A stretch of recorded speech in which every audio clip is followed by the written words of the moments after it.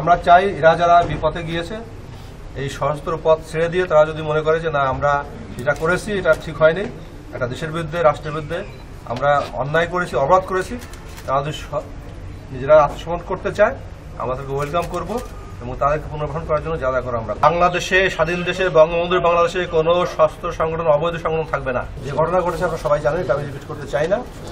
But আমরা এখানে যে কাজ করছি সবাই মিডিয়ার যৌথ অভিযান চলছে, আপনারা জানেন, সমস্ত বাহিনী মিলে আমরা কাজ করছি।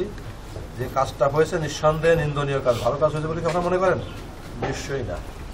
সেজন্য আমরা চাই আমাদের স্বাধীন দেশ বঙ্গবন্ধুর বাংলাদেশ, বঙ্গবন্ধুর বাংলাদেশে কোনো অবৈধ সশস্ত্র সংগঠন থাকবে এটা আমরা চাই না।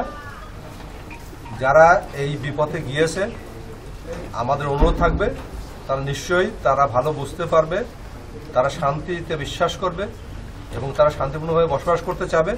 যদি কেউ বিপথে যেয়ে থাকে কোনো কারণে, কারণ তারা বায়াস্ট হয়ে, আমি মনে করি তারা তাদের ভুল বুঝে তারা, যেমন আমরা দেখেন অতীতে র্যাবে আমরা যে কাজগুলো করেছি, সরবরাহ আমাদেরকে সারেন্ডার করেছে, আমরা তাদেরকে বিভিন্ন জায়গায় পুনর্বাসন করেছি, জলদস্যু বিভিন্ন সময় সারেন্ডার করেছে, তাদেরকে পুনর্বাসন করেছি।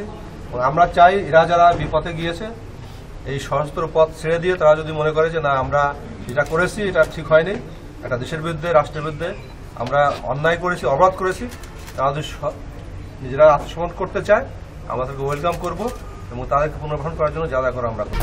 1, 2, 3 ঢাকায় জমি জিতে নিন 100% ক্যাশব্যাক সহ 20 কোটি টাকার পুরস্কার। বাট এটাই হচ্ছে কথা যে স্বাধীন দেশে এ ধরনের অবৈধ অস্ত্রধারী এটা কোনো অবস্থাতে আমরা মেনে নিব না। এরা যতক্ষণ না পর্যন্ত শান্তির পথে না আসবে আমাদের এই যৌথ অভিযান অব্যাহত থাকবে। অগ্রগতি কতটুকু স্যার, অপারেশনাল অগ্রগতি? আমরা শুরু করেছি, মাত্র শুরু আমাদের। যে অস্ত্রগুলো লুট হয়ে গিয়েছিল ওইগুলোর উদ্ধারের প্রক্রিয়াটা কিরকম এবং কতটুকু আমরা উদ্ধার চেষ্টা হলো? চালিয়ে যাচ্ছি, আমরা বিভিন্নভাবে চেষ্টা করছি। শুধু আমরা না, আমাদের বিভিন্ন গোয়েন্দা সংস্থা সবাই আমরা কাজ করে যাচ্ছি এবং আমরা আশাবাদী যে আমরা ইনশাল্লাহ এটা করতে সফল হব। আমি তো বললাম যে বাংলাদেশে, স্বাধীন দেশে, বঙ্গবন্ধুর বাংলাদেশে কোনো সশস্ত্র সংগঠন, অবৈধ সংগঠন থাকবে না। স্যার এটা শেষ না পর্যন্ত আমাদের অপারেশন অব্যাহত থাকবে এবং চলবে। কালকে আমরা ইনিশিয়ালি শুরু করেছি, পর্যায়ক্রমে আমাদের মাত্রা বাড়তে থাকবে। গতকাল স্যার 8 জন ত্রিপুরাকে গ্রেফতার করা হলো। কুকিচিনে তো ত্রিপুরাদের অন্তর্ভুক্তি ছিল না, আমরাও জানি। তাদেরকে কুকি খেয়ানাত হিসেবে আখ্যায়িত করা হলো, বিষয়টা কিরকম? আচ্ছা, আপনাকে একটা জিনিস বুঝতে হবে, সেটা হচ্ছে যখন পুকুরে একটা মাছ ধরতে যাই, বড় মাছ ধরবো, সেটা তো আমার ইয়ে থাকে, টার্গেট থাকে, তাই না?